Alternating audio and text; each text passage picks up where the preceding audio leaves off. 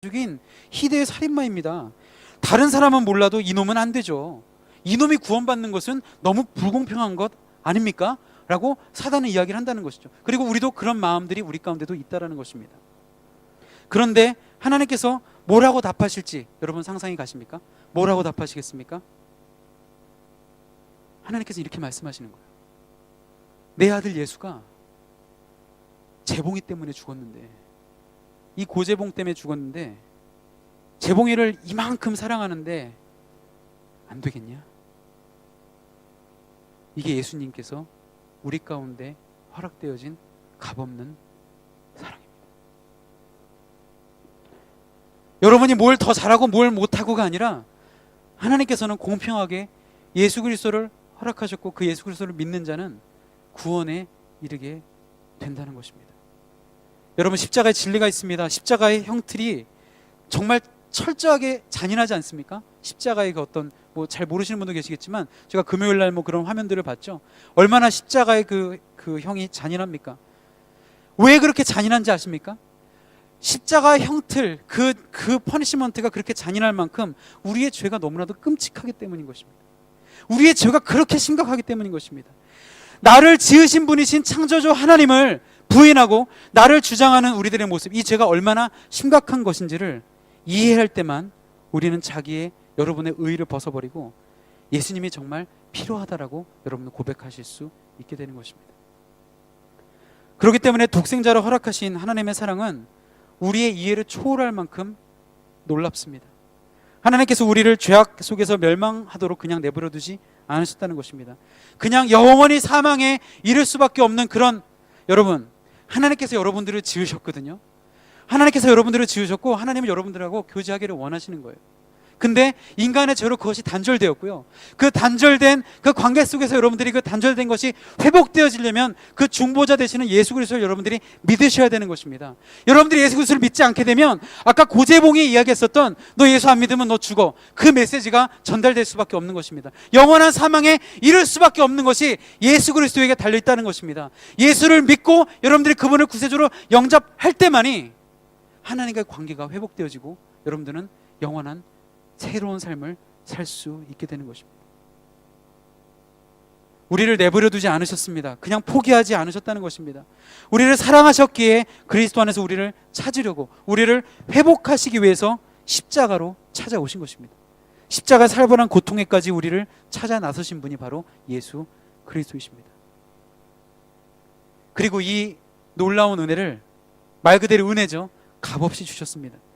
자기 자신의 생명의 피, 끔찍한 죽음이라는 값을 치르고 우리를 구원하신 것입니다.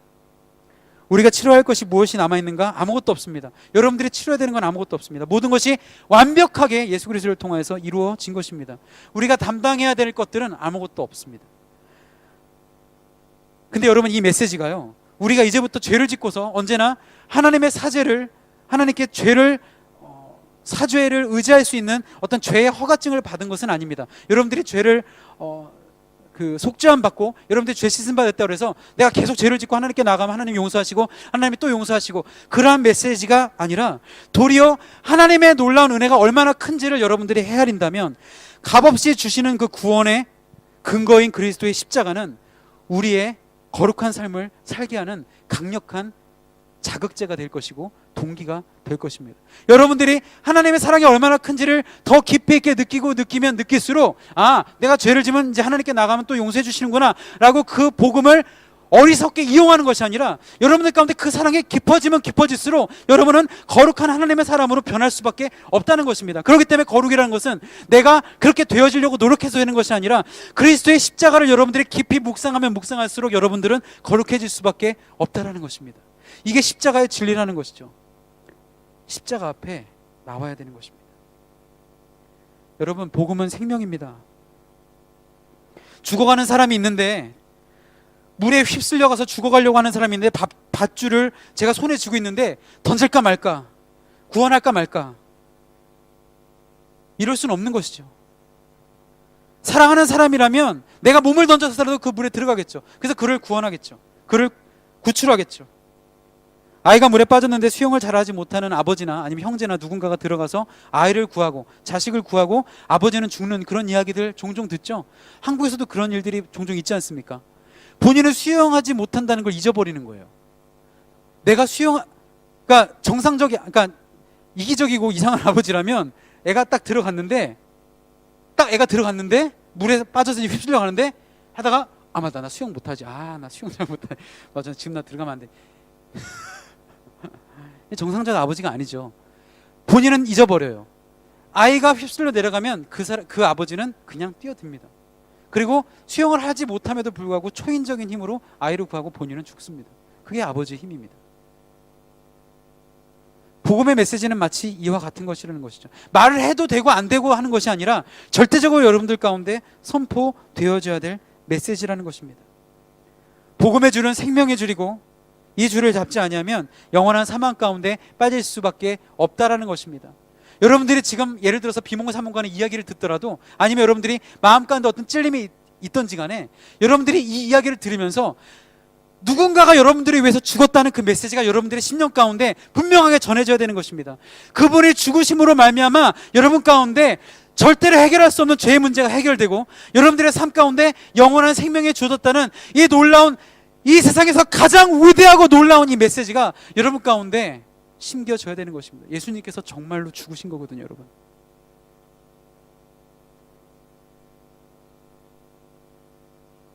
이게 관념적이고요, 그냥 넘어가는 얘기가 아니, 진짜로 죽으신 거예요. 하나님의 아들인 그분께서 여러분들을 위해서 돌아가신 거예요. 이 놀라운 감격과 은혜가 여러분 가운데 회복되어져야 돼요. 그리고 이 감격과 은혜가 여러분 가운데 시작돼야 돼요. 이제 여러분 오늘 결단을 내리셔야 됩니다. 결단을 오늘 못 내리실 수도 있지만 이것도 아니고 저것도 아닌 중간 상태에 머물러 있을 수는 없습니다. 여러분 성경에서는 나라는 인칭 대명사가 굉장히 중요합니다. 나라는 인칭 대명사가 시편 23편 1절에 보면 여호와는 나의 목자라고 고백합니다. 여호와는 너의 목자, 여호와는 우리의 목자라고 고백하지 않습니다. 시편 기자인 다윗은 여호와는 나의 목자라고 고백을 합니다. 시편 27편 1절에는요 여호와는 나의 빛이요 여호와는 나의 구원이시니라고 고백합니다.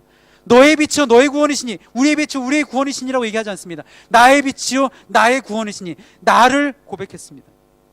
시편 63편 1절에 보면 또 뭐라고 되어 있습니까? 하나님이여 주는 나의 하나님이시라.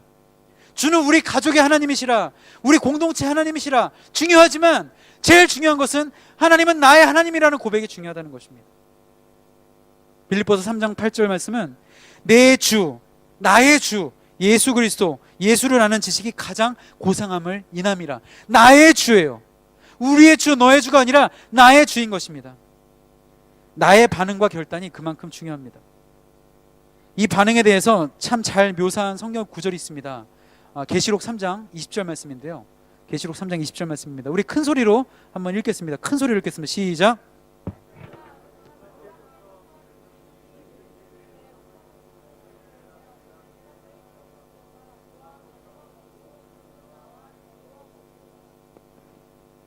그림을 하나 띄워주시기 바랍니다.